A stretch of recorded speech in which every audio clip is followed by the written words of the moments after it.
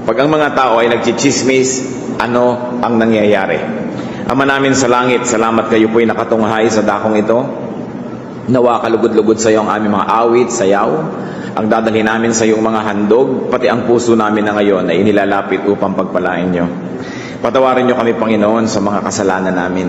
Wala ni isa sa amin na maaari magmalaki na kami malinis. Pakalinisin niyo po kami na inyong pagpapatawad at gawin niyo kaming karapat dapat tumanggap na inyong pagpapala. Mangusap kayong may kapangyarihan at nawa, Panginoon, palayain niyo kami, papaglinawin niyo ang aming isip, bigyan niyo kami ng kaliwanagan at nang sa ganon makita namin ang mga kasamaang inudulot ng mga pananalita na hindi iniuukol sa iyo.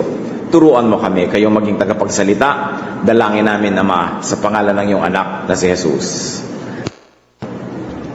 Bakit nga ba ang mga tao ay mahilig magchismis? Kahit kumisan, kala mo machong-macho at walang kahilig-hilig, pero pag nag-umpisa na, talagang nakikinig din naman. Why do people gossip? Because corrupt hearts find gossip delicious. Ang puso na liko, ang puso na malayo sa Diyos, ang pusong pinananahanan ng kasalanan, ay nasasarapan sa chismis. Proverbs 18, verse 8, "The words of a gossip are like choice morsels. They go down to a man's inmost parts." Kung paano tayo nasasarapan sa leche plan, paano tayo nasasarapan sa paborito nating ulam, sa paborito nating pagkain, ganun daw ang pagkakasarap ng chismis sa mga tao na mahilig dito. Kaya naman, nauubos ang panahon, talagang nilalaan ng maraming lakas, nagbabiyahe, nagte-text, nag-i-email para lang sumali sa ganitong mga gawain. At ito ay tinagalog, Kawikaan 18:8. Ang chismis ay masarap pakinggan, gustong-gusto ng lahat na pag-uusapan. Pagka ang puso ay malayo sa Diyos, malapit sa chismis. Kaya atin agad itong isipin, kung mahilig ako dito, ibig sabihin may problema ang aking espiritu. Proverbs 10:23, "A fool finds pleasure in evil conduct." Ang tao daw na hangal, ikinagagalak ang mga maling gawi at mga gawa. Gossip feeds a person's evil side. Ang bawat tao ay may mabuting bahagi ng kanyang puso at may masamang bahagi nito. Kung ano ang ating pinakakain, ine-exercise, binibigyan ng panahon, yun ang lumalakas at nagwawagi. Kaya ang pagchichismis, ang pakikilahok dito, ay nagpapakain at nagpapalakas doon sa bahagi ng pagkatao natin na hindi maka-Diyos. Gossip damages its practitioner and participants before it could even damage its subject. Why? Bakit nauuna pa na masalanta, masira yung nagsasalita ng chismis kaysa pinagchichismisan? Because the participants of gossip inevitably pass judgment on the subject. And they inevitably react negatively to the subject. Bihirang-bihira, mga kapatid, na nagchichismis kayo, sumasali kayo, nakikinig kayo, na hindi kayo maapektuhan ng nadinig nyo. Kadalasan, hindi nyo pa nadinig yung paliwanag ng kabilang bahagi, ay nahusgahan na natin siya. Kung yung nagchichismis ay galit sa kanya, kung mababa ang pagtingin sa kanya, o pinapababa siya nung nagchichismis, nadadama yung nakikinig. At kahit sa hukuman, kahit ka pa nakapatay ng tao, kahit ka pa may ginawang masama, hindi ka pa kinikilalang guilty hanggang hindi ka nalilitis. Pero sa hukuman ng chismis, walang judgment, walang fairness, walang justice, puro judgmentalism lang. Dahil hindi nadidinig yung taong pinag-uusapan, pero napapatawa na siya ng hatol kung siya ba'y masama o hindi, siya ba ay guilty or not. And usually, of course, the verdict is guilty. At bakit naman nadadamay at napapasama yung nagchichismis? Kasi nagiging judgmental ka. At isa yan sa mga pinagbabawal ng Panginoong Jesus, yung maging judgmental ka. Sabi, "Judge not, that you be not judged." It is a challenge. When you hear a story or a gossip, chances are you will take the side of the storyteller. Unless you really know the other side of the story, or you really are very much involved with the subject of that story, chances are you'll be swayed. Kaya isa yan ng teorya ng communication. Yung naunang nagsabi, kadalasan yun na yung nakakampihan. Kaya dapat pinag-iingatan. Why else do people gossip? Because gossip is a form of criticism. Gossip is a way of putting others down. Ang nagchichismis actually ay namimintas. Ang nagchichismis ay gumagawa ng magagawa niya para pababain ang kalagayan nung pinag-uusapan. Kaya naman hindi katakataka na mas lalo na paboritong pagchismisan ng mayayaman, ang mga makapangyarihan at mga sikat. dahil maraming naiinggit sa kanila. Kung ang chinichismis natin ay hindi mayaman, hindi sikat o makapangyarihan, siguradong meron lang tayong lihim na galit, meron tayong panibugho o lihim na pagkainggit. Sapagkat kung ang isang tao ay pinapahalagahan mo, minamahal mo, iginagalang mo, hindi mo siya chichismisin. Ma-offend ka pag chinichismis siya. Kaya sinusuri din ng tao ang kanyang sarili. Bakit ko nga ba enjoy madinig na si ganun palang artistang kaya ganda-ganda, bulok pala ang kalooban niya? Bakit ba ako natutuwang marinig at ipamalitan na yung ang yamang-yamang pamilya na yun broken home pala at sila pala ay dysfunctional family? Kadalasan kasi ng pagchichismis ay pahayag ng pagkainggit. At dahil hindi ka makabawi, hindi ka makaganti, hindi ka makatabla sa kanila, dinadaan mo na lang sa salita para kahit man lang sa salita mapababa sila at inaasahan mong sa pagpapababa mo sa kanila ay mapapataas naman ang iyong sarili. There's a very deep psychological reason why people love to gossip. James 3:16, for where you have envy and selfish ambition, there you find disorder and every evil practice. Kaya kadalasan ng mga nagchichismis tungkol sa mga artistang kay gaganda, kadalasan yung mga nagchichismis, sila tong hindi magaganda. No? Naiinggit siguro sila dahil ang gaganda ng mga artista, kaya kailangan chismisin nila ng chismisin para makahanap sila ng kapintasan. Bihira yung nasa chismis industry na maganda, ha? Yung ganda ng standards ng advertising, yun naman ang pinag-uusapan natin, na uri ng ganda. Kasi siyempre parang sobrang naman sarap ng buhay ng mga ito, sikat na sila, malaki silang kumita, magaganda pa sila, kailangang hanapan ng baho. Kailangan pag-usapan at ipagdiwang ang kanilang mga pagkakabagsak, ang kanilang pagkakadapa. Kaya nagiging masama ang ganitong uri ng usapan. Hindi masama na itaas mo ang iyong sarili kung ito ay dahil sa achievement, dahil meron ka talaga nagagawa na pilitin mo man o hindi, mapapataas ka talaga dahil mapapansin ka, dahil mabunga ang iyong buhay. Pero ang ginagawa ng mga walang bunga, binabato na lang nila yung mabunga. And they find evil delight in it. Kaya napakarami pong utos sa Biblia na huwag daw magsisinungaling laban sa kapitbahay. Huwag chismisin ang kapitbahay at huwag sasaksi laban sa kaso ng kapitbahay na hindi naman totoo talaga. Bakit ganon? Sapagkat napakaraming alitan na magkakapitbahay. Bakit ang magkakapitbahay ang madalas magkagalit? Nagkakakitaan sila ng mga bagay na ikakainggit. Mas maganda yung bahay ni kapitbahay, mas malaki yung TV, mas mabait yung asawa, mas matatalino ang mga anak, mas maraming damit, etc., etc. That's why there's a lot of animosity between neighbors, right? Among neighbors, because there's a lot of room for envy, because you see how they live, you see what they have, which probably you don't. Psalm 24:28, do not testify against your neighbor without cause, or use your lips to deceive. Nakakapandaya, lalo na yung mga nagsasabi, mga nagwi-witness, nagte-testify. Neighbors become enemies mainly because of envy. And gossip thrives where there is envy. Kaya malakas ang chismis sa mga opisina. Kasi inggitan yan kung sino po-promote, sino mas malaki ang sweldo, sino ang mas maraming bakasyon, mas maraming chismisan halimbawa sa show business, because there's a big disparity in income and in treatment, the way people are being treated. May mga star, may mga hindi star. It will give birth to a lot of unhappiness. And sadly, the unhappy people walk the wrong way to happiness. They do it through gossip. Gossip is a poor man's substitute for wealth. Pagka poor ka na, may alam kang lihim ng kapitbahay, ang pakiramdam mo, yumayaman ka pagka ipinapamalita mo ito dahil maraming lumalapit sa iyo, nagiging sikat ka for a moment.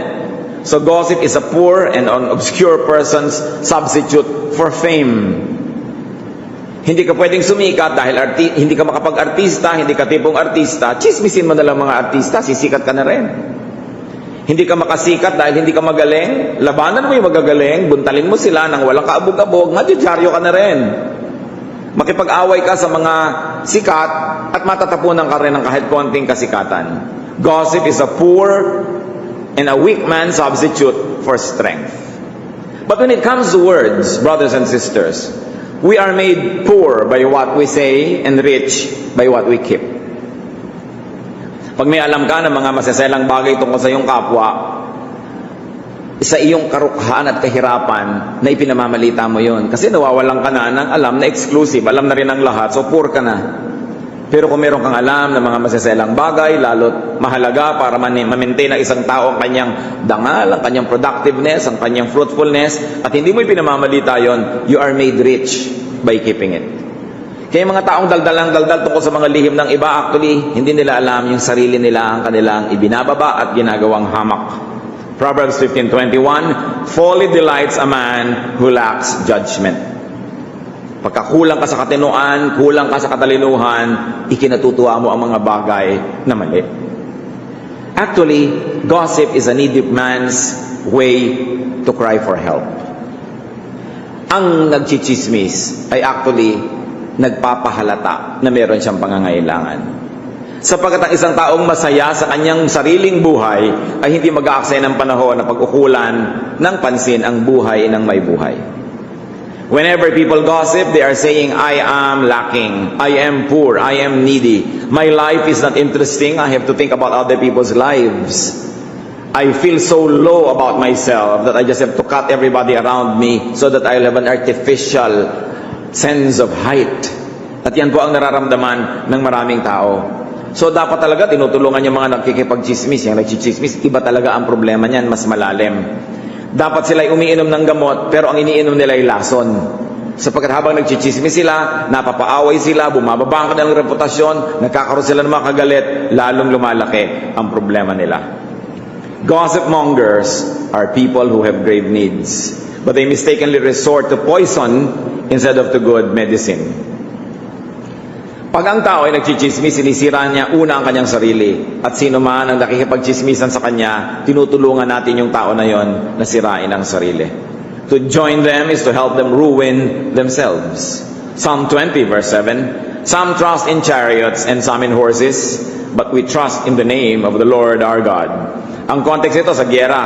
Ang pinagtitiwalaan daw ng iba, mga sasakyan, mga kabayo, mga kagamitan. Pero ang pagtitiwalaan daw ng mga anak ng Diyos, ang Diyos mismo. So, yung mga hindi adequate ang buhay, ang pagtitiwalaan nila to hit below the belt, to hit negatively and wrongly, to gossip, to criticize, to complain, to rebel. Samantalang yung mga godly people will resort to the name of the Lord, to the way of peace, to the way of fruitfulness and productiveness. This is how the people of God must face their inadequacies. By being fruitful, by being true to self, and by being kind to others. So while we say we abstain from food, some people think that religiosity is about abstaining from food. Some people think it's abstaining from adultery. But every one of us must remember that godliness is abstinence from gossip, from the misuse of the mouth. Speech is a gift from God. Words are gifts from God, and words are powerful. Nakita natin pag sinabi ng Diyos, let there be light, nagkakaroon ng light. Tayo nilikha sa wangis ng Diyos, may kapangyarihan din na ating salita. At ang kapangyarihan ito ay dapat na ipinasa sa ilalim sa Diyos. Hindi ipinapagamit kay Satanas ang ating bibig para sumira ng kapwa, sumira ng sarili nating mga buhay. When people gossip, evil is glorified. Basta may nagchichismisan, ang natataas ang kasamaan. We privilege evil by indulging in gossip. Pag ang mga tao ay nagchichismisan, nalilimutan ang pangalan ng Diyos at kahit hindi nila sadyain, ang pangalan ni Satanas ang tumatanghal at sumisikat. Bakit ungodly ang chismis? Because when people gossip, trust is betrayed. Halimbawa, ikaw ay person A, kilala mo si person B, may alam kang lihim niya, ibinunyag mo sa iba, you betray the trust. Hindi na magtitiwala sa iyo si person B kahit kailan. At lahat ng pinagkwentuhan mo, hindi rin magtitiwala sa iyo dahil ganyan ka pala, madaldal ka pala. Trust is betrayed. Proverbs 11:13, a gossip betrays a confidence, but a trustworthy man keeps a secret. Trust is sacred. Bakit sacred ang trust? Bakit banal na bagay ang pagtitiwala sa kapwa at pakikipagkatiwalaan? Because without trust, there will be no meaningful human interaction. There will be no meaningful human relations. Kung wala tayong pagtitiwala sa isa't isa, hindi magkakaroon ng matibay at magandang pakikipagkapwa. Kung di ka nagtitiwala sa tindera na yung tinda niya talaga ay kung ano ang sinasabi ng label, hindi ka bibili. Kung hindi ka nagtitiwala sa ahente na itinitinda niya sa iyo ay tama, hindi ka rin bibili. Pag hindi ka nagtitiwala sa iyong kasintahan, hindi ka magpapakasal. Pag wala kang tiwala sa iyong anak, hindi mo bibigyan ng pangmatrikula dahil baka ipanglakwatsa lang.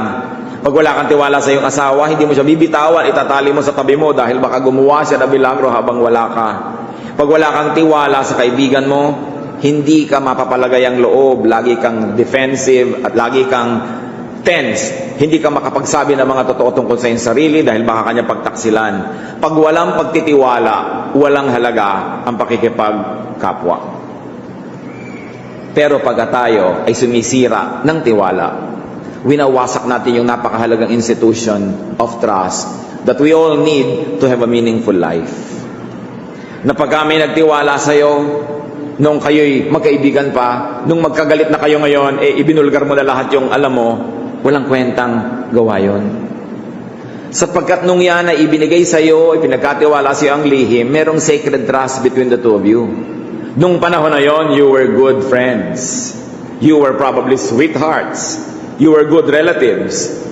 Ano man ang mangyari sa darating na mga panahon, magkasiraman kayo, magkagalit kayo, hindi mo dapat balikan yung dati ng magandang panahon ninyo at pagsisirain mo pa yon. Kung ayaw mo nang gumawa pa ng magandang samahan sa future, pwede. Pero hindi mo na dapat balikan pa yung magandang nakaraan para wasakin lang. At least you have a nice past to look backward to. You have a good memory of it and it can help you go through very difficult days. But many people are foolish. They fall out of friendship.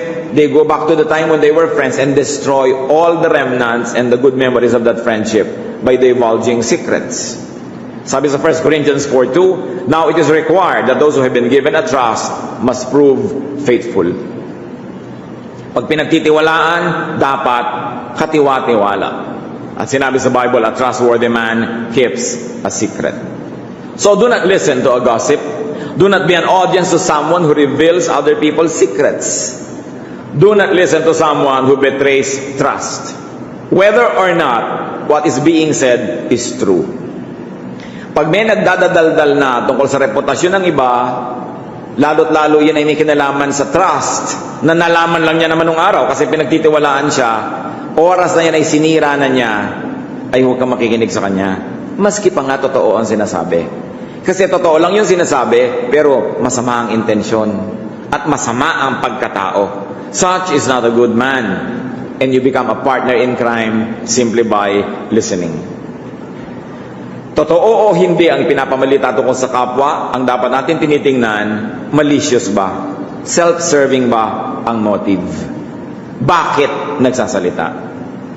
Kung nung araw, pinagdadadaya ka ni Kumpare 1, tahimik na tahimik si Kumpare 2, at matapos ang ilang taon, sinasabi sa'yo ni Kumpare 2, alam mo si Kumpare 1, dinadaya ka niya ilang taon na. Kahit totoo yun, itatanong mo rin sa sarili mo, bakit sinasabi mo sa akin? Nung araw, hindi mo sinasabi, tapos ngayon sinasabi mo. So hindi mo naman sinasabi yan dahil meron kang pagmamahal sa akin hindi naman dahil may malasakit ka. Sinasabi mo yan dahil magkagalit siguro kayo ngayon, gusto mo kung makakampi, magalit din ako sa kanya. So evil din yung motive, kahit totoo ang balita. Sinasala natin ang ganyang mga bagay. Proverbs 20 verse 19, a gossip betrays a confidence, so avoid a man who talks too much. Sino daw ang iiwasan? Ang isang taong masyadong maraming sinasabi. Ngayon, hindi lang yun dami ng salita.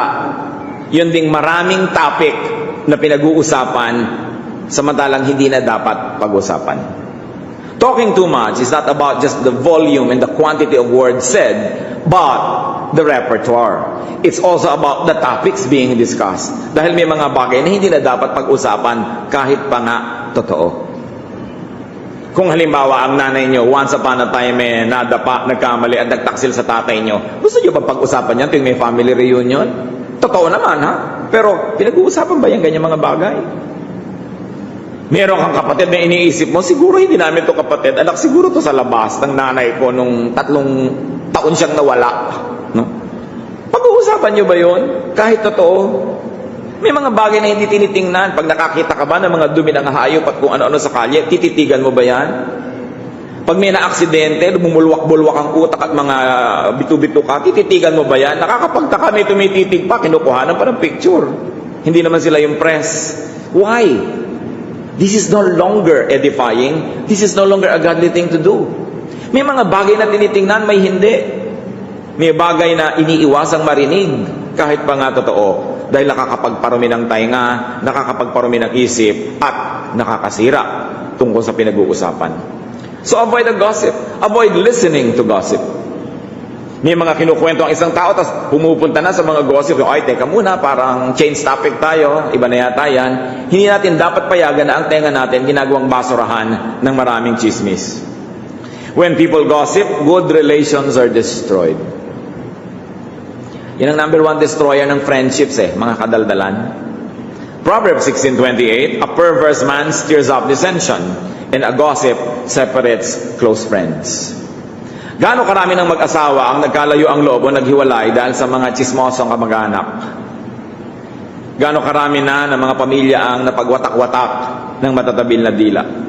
Pati magkakapatid sa church, nagkakalayo-layo ang mga loob dahil sa mga chismis-chismis. Gossip separates friends and colleagues. Pag naniwala ka sa isang chismoso, lumalayo ang loob mo doon sa pinag-uusapan, ibig sabihin, doon ka lumalapit sa chismoso. Dati may kaibigan ka, malapit ang loob mo, darating si chismis, lumayo ka kasi dito ka lumapit sa kabila.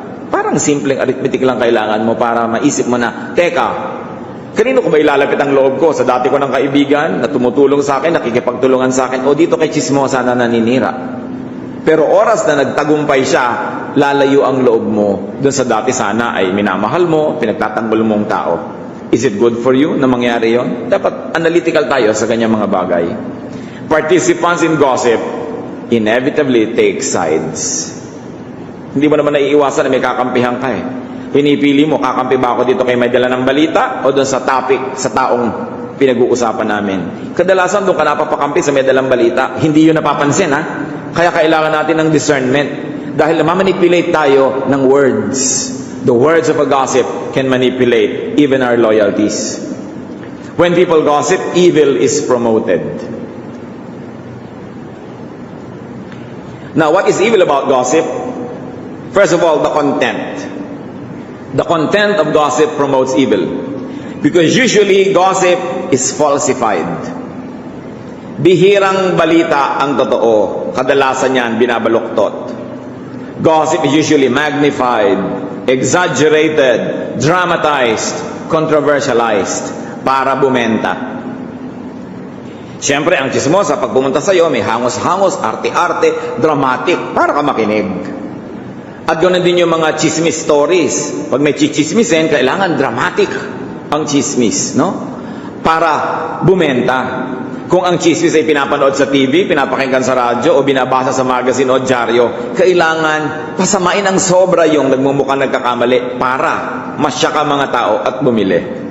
Sabi ni Balagtas sa Florante at Laura, bihirang balita'y magtapat, magkatotoo may marami ang dagdag. Dahil talaga ang nagbabalita, nagdadagdag yan ang kanyang point of view. At kung galit siya doon sa pinag-uusapan, papalabasin na rin niya yung lahat ng galit niya, idadagdag niya mga additional asido at lason sa kwento. Because stories are made to suit a purpose, and usually to hurt, to destroy, to judge. 1 Timothy 5:13, tungkol sa mga mahilig magkwentuhan ng ganito, they get into the habit of being idle and going about from house to house. And not only do they become idlers, but also gossips and busybodies, saying things they ought not to. Ito daw yung mga chismosa, lipat ng lipat, bahay-bahay, kapit-kapit bahay, office-office, table-table, at mga sinasabi ang mga bagay na hindi dapat pag-usapan. Hindi dahil lang sa content, kundi dahil din sa intent, sa intention. Ngayon, dumali na ang chismis. Hindi mo na kailangan magpalipat ng bahay-bahay. Text, ipass mo lang. Email, ilagay mo lahat ang gusto mo. Forward to, copy furnished. Sa internet, ang bilis-bilis magkalat ng chismis. Kaya, ang mga tao na may pagiging disente, ang tao na may pananalig sa Diyos, hindi ka pass ng pass. Forward ng forward. Pag may nakita kang news, dapat yon sa'yo na, ilibing mo na. Lalo't pangit, chismis, nakakasira sa kapwa. Bakit mo ikakalat? Ikakalat mo lang kung ang kaligtasan ng sangkatauhan ay nakataya. Halimbawa, sasabog ang bulkan, sabi ng mga volcanologists, pwede mong i-forward yung news para makapag-ingat yung matatabunan ng lahar. Pero yung ay buntis ang anak ni kumare, ba't kailangan mo ipadala yan? Gagastos ka pa sa text mo para lang maraming makaalam na buntis pala ito. Pero syempre, dahil yan ang kalaban ng anak mo sa pagiging honor nung araw, tuwang-tuwa ka na naging dalagang ina siya dahil after all, mas magaling pa rin yung anak mo. May paghihiganti kasi ang chismis eh. May pagkainggit, may paninira. Kasi kung kontento ka talaga, masaya ka, pag may nagkakamali, pagka mayroong nadadapa, ang nararamdaman mo, compassion, habag. Hindi yung, kailangan ipabalita ko na to sa lahat. Kasi ikagagalak mo na madapa siya dahil magmumukha kang mas mainam at mas mabuti kaysa sa kanya. Kahit pa nga totoo yung balita, sabi, they talk about things they ought not to talk about. Paano pa kung hindi yung totoo o kaya kaparasong totoo, maraming dagdag. If the content of gossip can be evil, the intent of gossip can even be worse. It promotes evil. Ano bang intensyon?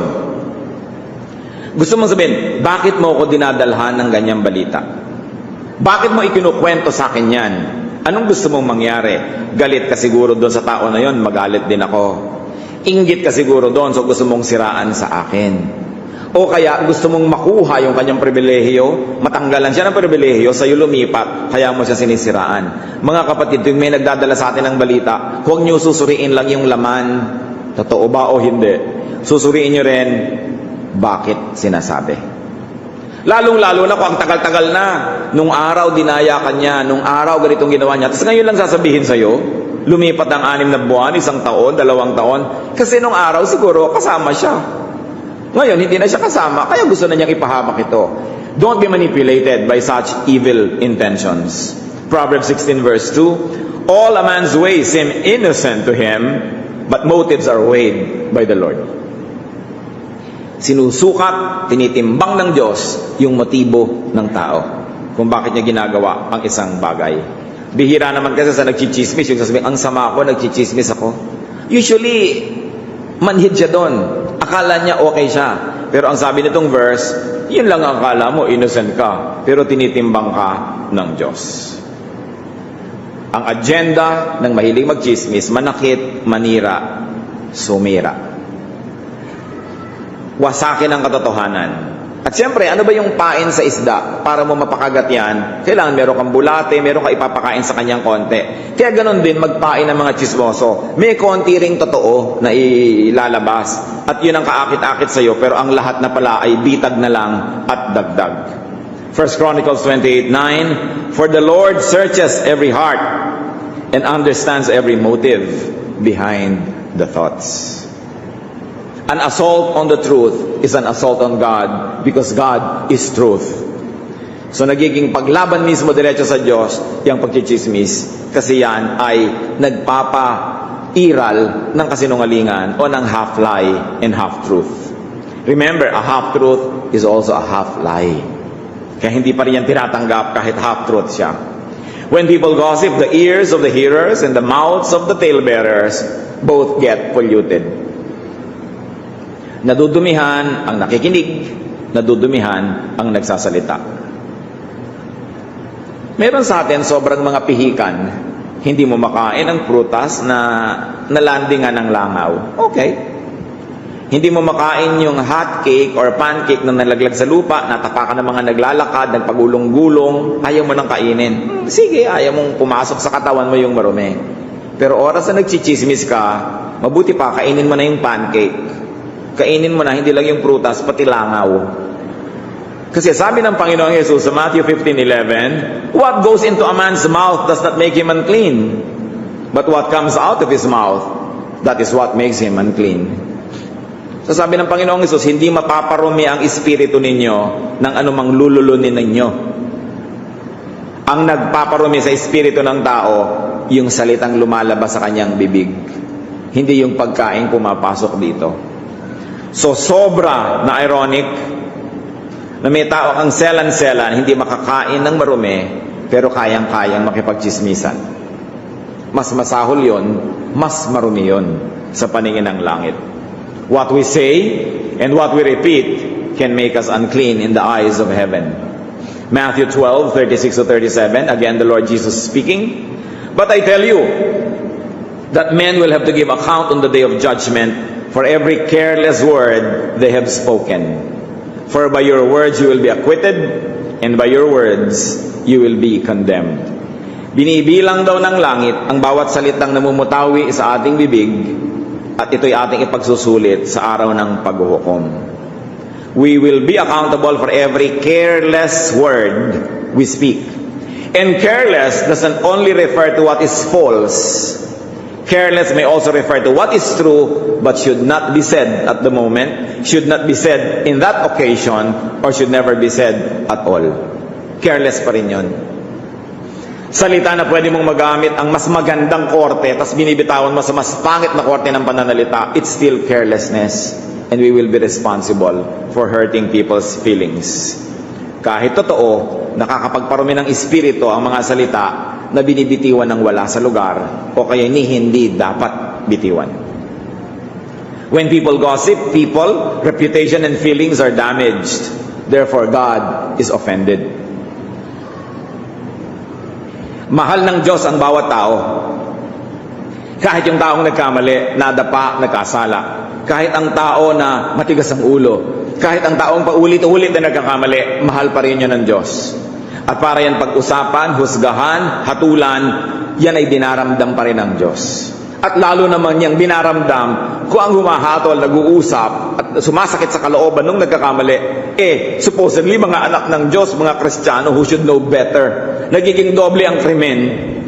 Kung may pinag-uusapang masamang tao, tas ang nag-uusap supposedly yung mabubuting tao, kung may mabuti nga. Kaya dapat natin tinitingnan ang ganitong mga bagay. Hindi tayo pwedeng manakit ng kapwa na hindi nasasaktan ng Diyos sapagkat mahal niya ang bawat tao. Psalm 52 verse 2, your tongue plots destruction. It is like a sharpened razor, you who practice deceit. Pandaraya. Deceit in content, hindi totoo. And deceit in intent, totoo. Pero masama ang balak, kaya sinasabi yung totoo. Gustong manira, gustong gumiba, gustong makapanaig. Now, how do we deal with gossip? Paano tayo makikitungo sa chismis? First of all, do not start it. Huwag kayong magpapasimula. Sarili ninyo na lang iniisip nyo. Kung hindi ikakaligtas ng sangkatauhan mula sa panganib na totoong-totoong nandyan, shut up. Keep quiet. Leviticus 19:16, do not go about spreading slander among your people. Huwag kang magkalat ng mga nakakasirang puri. Colossians 3:8, but now you must rid yourselves of all such things as this, malice, slander, and filthy language from your lips. Tigilan daw ang pagsasalita ng mga maruruming mga salita. Now, filthy language doesn't only deal with dirty four-letter words. Dirty language can be said in the most polite terms, but actually topics that are destructive to others. Pag sinabi nating maruming salita, hindi lang mga mura, hindi lang yung mga walang kwenta mga pananalita. Pwede kang gumamit ng matatayog, magaganda, mabubulaklak at mababangong mga salita. Pero pag ang topic mo pa rin ay ikasisira ng kapwa, marumi pa rin yun. Pinag-iingatan. Psalm 34:12-13 teaches us the secret of a peaceful life. Whoever of you loves life and desires to see many good days, keep your tongue from evil and your lips from speaking lies. Gusto nyo ng magandang hinaharap, gusto nyo ng payapa, tahimik na buhay, sabi, iwasan na sumali sa mga hindi dapat salihang mga usapan. Itikom ang bibig. How else do you deal with gossip? First, you don't start it, and you do not listen to it. Huwag makinig. May karapatan kayong magsabi sa chismosa, teka, okay lang yung usapan natin kanina, recipe ng inihaw na talong, pero ayaw ko ng pag-usapan pa yung kapitbahay natin. So, change topic. Dapat marunong tayong tumanggi na ganon. Psalm 120 verse 2, save me, O Lord, from lying lips and from deceitful tongues. And let me repeat, deceit is not only in the truthfulness of the message, but also in the evilness of its intention. Say no, refuse, avoid. Kung ayaw mong nilalagyan ng kapatid mo ng mga kalat niya yung kama mo, yung cabinet mo, nilalagyan ng mga gulo-gulo niya, ayaw mo na yung bakuran mo, tinatapunan ng basura ng kapitbahay, huwag mong payagan na ang tenga mo, gawing basurahan ng mga salita ng chismosa. o chismoso. Kasi dudumi ka sa mga papakinggan mong salita. What do you do with gossip? Kill it. This is one murder that is godly. Kill gossip. Proverbs 26:20, without wood, a fire goes out. Without gossip, a quarrel dies down. Pag may nag-away, huwag nyo na silang pag-usapan para tumahimik na. Hindi yung kumare, alam mo, sabi ni Lucy, mukha ka daw demonyo. Sabi naman ng kumare niya, sabihin mo sa kanya, mukha siyang aswang. Lucy, mukha ka daw aswang. Sabihin mo sa kanya, mukha siyang humaba na ng humaba dahil dito sa dalahira na tagadala ng balita. Una, huwag kayong magdadala ng balitang ganyan. At kung may nagdadala sa inyo, panain ninyo. Lumayas ka sa aking harapan, tagadala ng balita. Kasi apoy man at hindi mo lalagyan ng bagong kahoy, bagong uling, titigil na yan. Yung sunog na wala nang masunog, titigil na eh. Lalagyan mo pa uli ng gasolina, lalagyan mo na naman ng puso at maglalagablab. At yan ang ginagawa ng mga sulsol. Alam mo, sabi niya, pangit ka daw eh. Payag ka? Hindi ka dapat pumayag, di ba? Yung gagalit-galitin mo. Ang daming ganyang tao, regalo ng impyerno sa daigdig. Dapat hindi ka nakikinig sa mga sulsol. Yung ang salita nila nakakapagpagalit. Brothers and sisters, be careful about this. Because this is a gift from hell. I'm serious. There are people who can make you angry, who can manipulate you without you knowing it. So nag-iingat ka. Sabi mo, ang feeling ko bago siya dumating, ganito. Nung dumating na siya, ano naging feeling ko about another person? Tingnan nyo, siya ang may gawa ng feeling na ito. Dapat itong pag-ingatan. When you hear news, do not pass it on. May nakalagay pa kuminsan sa text mo, please pass. Ba't mo ipapass? Minsan may natanggap ako, bukas, dilindol, magigiba ang buong Metro Manila, please pass. So nalang ko, ka sinuswerte, ba't ko ito ipapass? Nakaka-nervyos ito sa tatanggap at gagastos pa ako ng piso. Ano ka? Bakit ko ito ipapass? Meron mga ganyan, huwag kayong pass ng pass. Because every communication that passes through you to people close to you and people who believe in you becomes your responsibility. You cannot pass and say, pinas ko lang naman, bahala ka. Kung maniniwala ka or not. Pag ipinas nyo, ibig sabihin, ine-endorse nyo yun. So huwag pass ng pass. Do not forward, do not spread. Kaya pag-iingatan yung internet because it's now hell's expressway. Ang dami-daming mga puring nasisira dahil dyan. Walang kalaban-laban, hindi maipagtanggol ang sarili dahil nahusgahan na kahit hindi nalilitis. Walang puwang ang ganyang mga bagay sa mga anak ng Diyos. Exodus 23 verse 1, do not spread false reports. Do not help a wicked man by being a malicious witness. Tinutulungan mo lang siya na paguluhin ang mundo. Someone once said, a cruel story runs on wheels, and every hand oils the wheels as they run. Ang balita na masama, ang balitang masaklap, unkind news about others, nakakarating lang yan sa malayo dahil pinagpapasapasahan. Kaya don't be a participant in it. Kailangan sa'yo palang tumigil na siya. The truth is, people privilege gossip too much. We privilege this vice rather than the virtue of silence.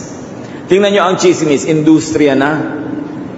Maraming mga tao naging icon dahil siya ang chismosa ng bayan o chismoso ng bayan. Dapat bang ikarangal yan? May mga hanap buhay ang mga tao na puro chismis. Yung hindi makapag-artista dahil hindi sila tipong artista, magchichismis na lang ng mga artista, kumikita rin. Sa bahay nyo ba, nanonood kayo ng mga TV shows na chismis? Aba, kilabutan. Yung pambayad natin ng kuryente, yung pambayad mo sa cable galing sa Diyos, tapos ginagasta mo yung pera mo para manood ka ng mga ganito. Pero nagre-rate yung mga yan because people love to hear bad things. Bumibili ka ba ng mga magazine na ang title talaga, chismis? Diba? Anong tawag sa'yo pag bumibili ka nun? Kailangan pa bang isipin yon kung ano yung title dun? Bakit mo gagawing hanap buhay yung si ano, anak ni ganon, si ano, ganyan, si gano, ganyan, ganyan. Ito pala ginawa nito nung pumasok sa hotel, ganun. Anong pakialam mo doon? Nakita niyo ang Panginoong Jesus, yung babae na nahuli akto sa pangangalo niya, hinihingi talaga ng batas at kaugalian ng Israel, batuhin hanggang mamatay. At nandun talaga yung mga tao, may bato. Saan kumampi ang Panginoon?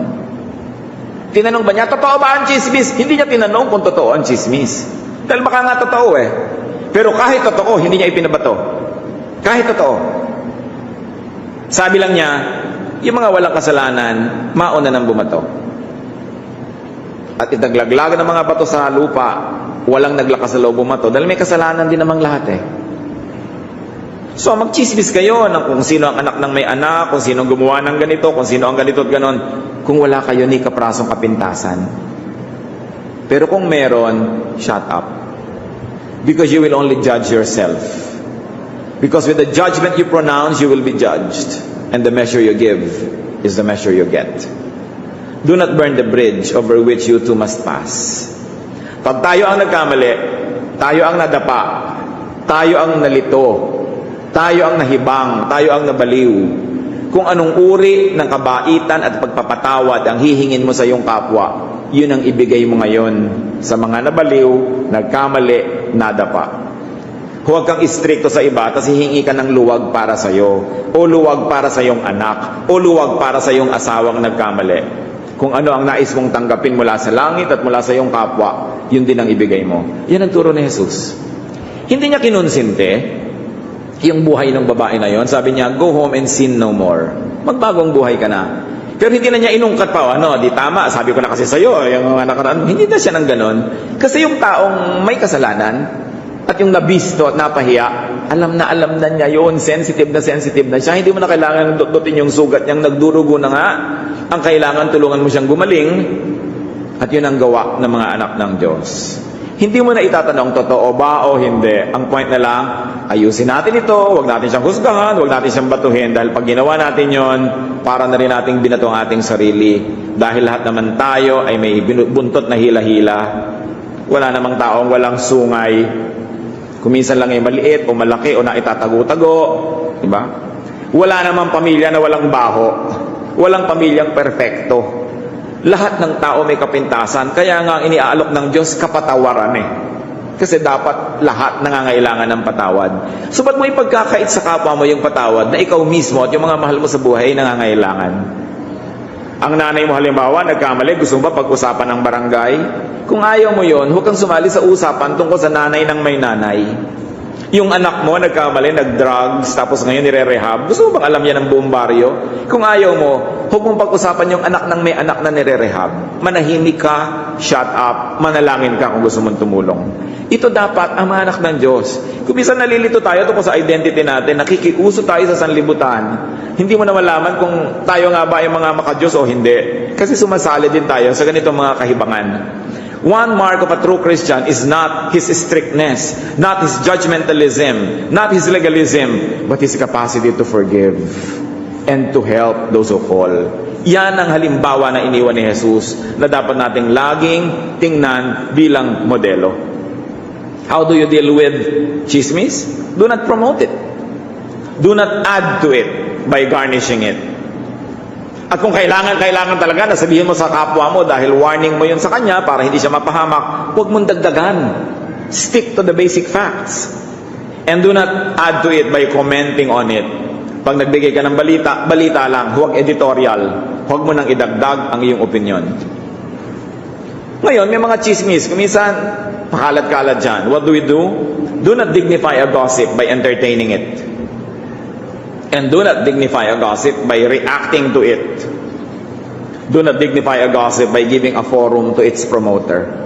Kadalasan naman, yung mga nagbabalita at nagchichismis, gusto lang nilang sumikat. Gusto lang nilang madinig. Gusto lang nila 3 seconds of fame. Pag nagchismis sila at pinagbigyan mo, pag nagtanong sila at sinagot mo, pag may sinabi sila at nag-comment ka, you're actually giving them another chance to speak again. Binibigyan mo lang sila ng entablado. Binibigyan mo lang sila ng mic.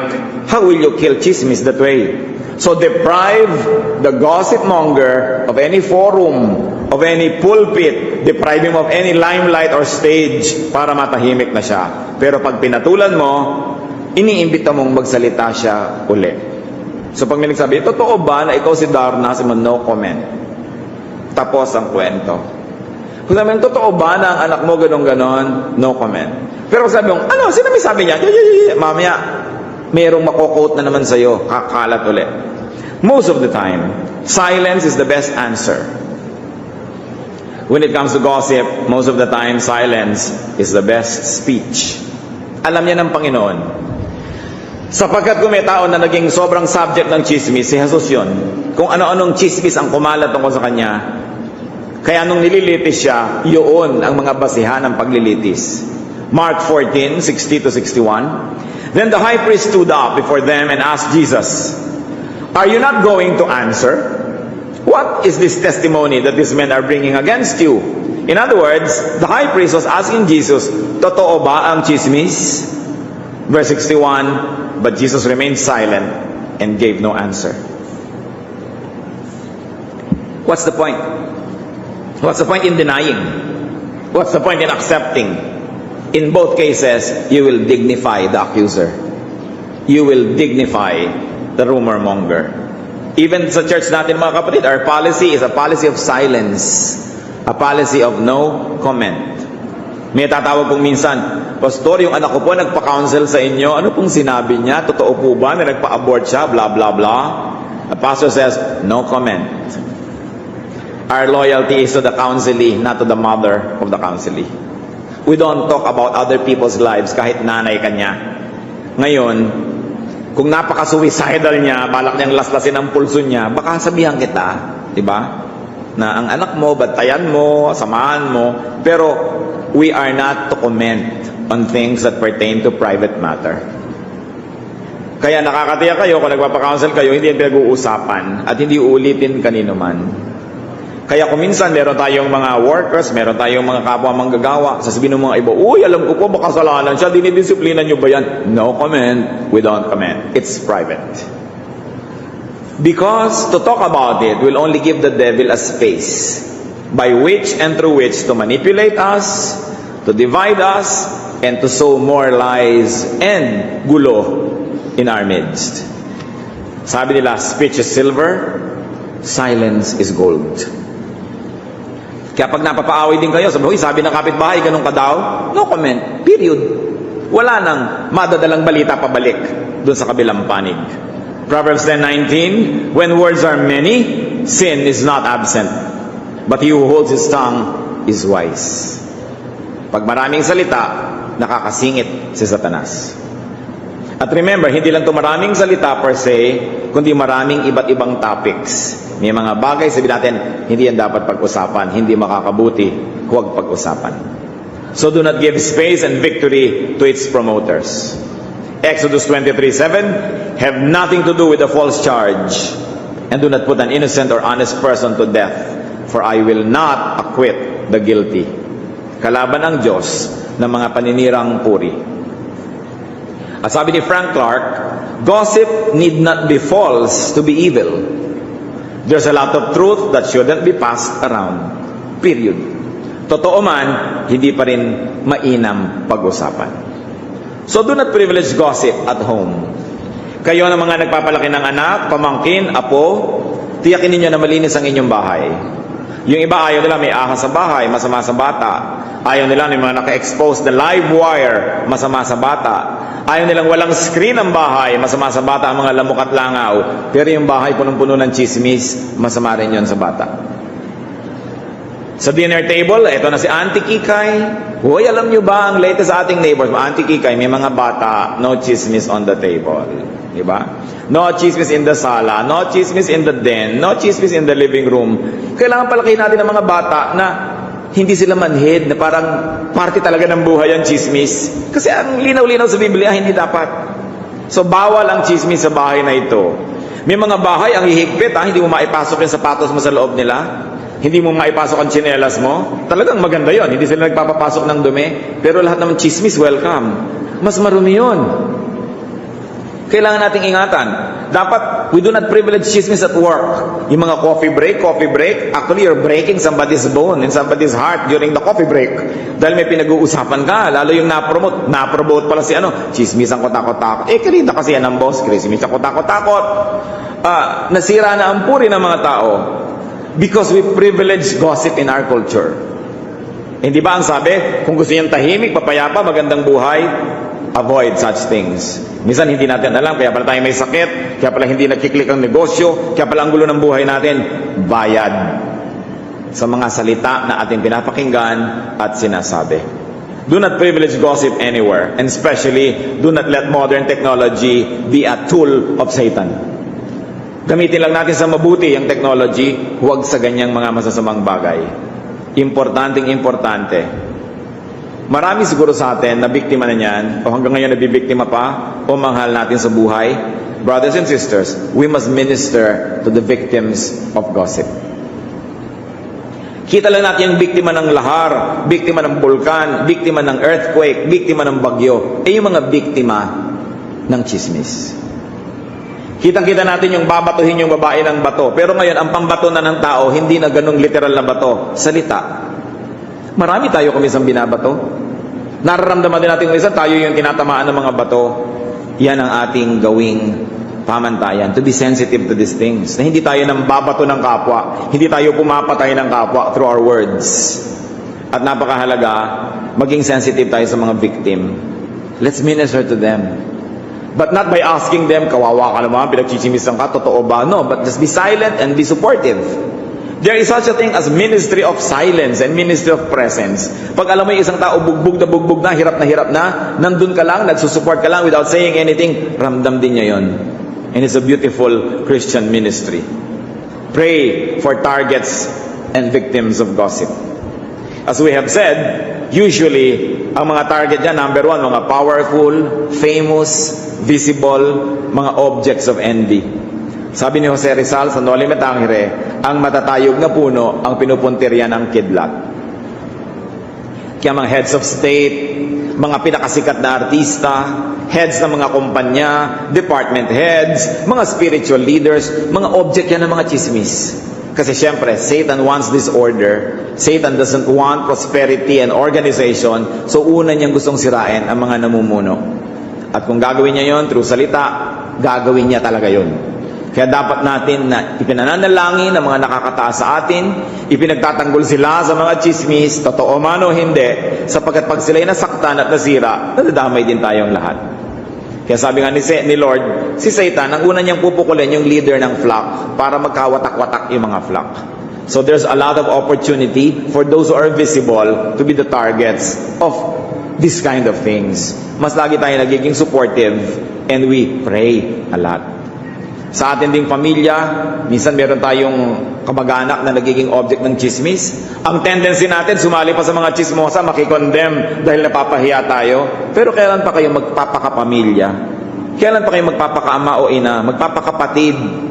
Kung yung mismong kapamilya ninyo nachichismis, tapos nahihiya kayo, i-disown ninyo, doon kayo kakampi sa mga sumisira sa kanya. Ganun ba dapat ang pamilya? Ang pamilya kasi, yung relasyon natin, irrevocable. For better or for worse, magkakamag-anak tayo, pamilya tayo. So kung meron tayong kamag-anak, lalo member ng immediate family mo na nasasalanta ng mga salita, chismis, ganyan-ganyan, demolition jobs.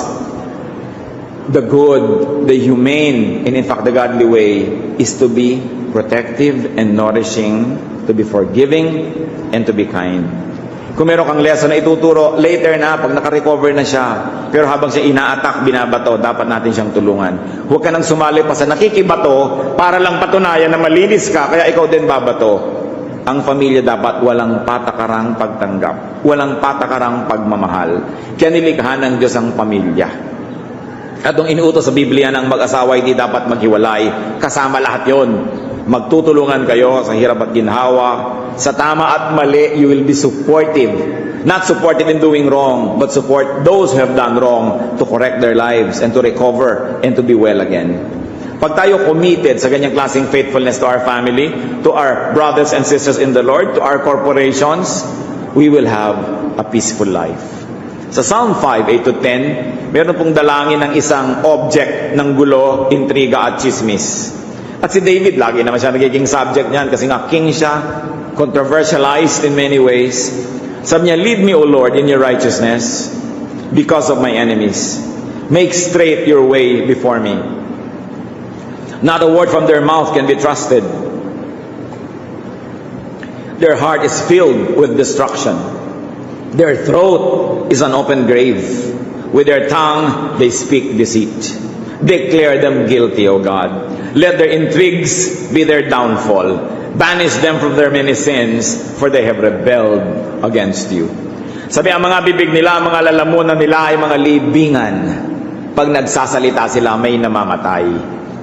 Sabi, declare them guilty, O God. What they're doing is rebellion against your truth, against your goodness, against your holiness. Gossip is cruel. It is not of God. It is never helpful. Never be a participant. And if you're a gossip victim, God is our comfort. God is our fortress. So let's extend the goodness and love of God to those who are being destroyed by words.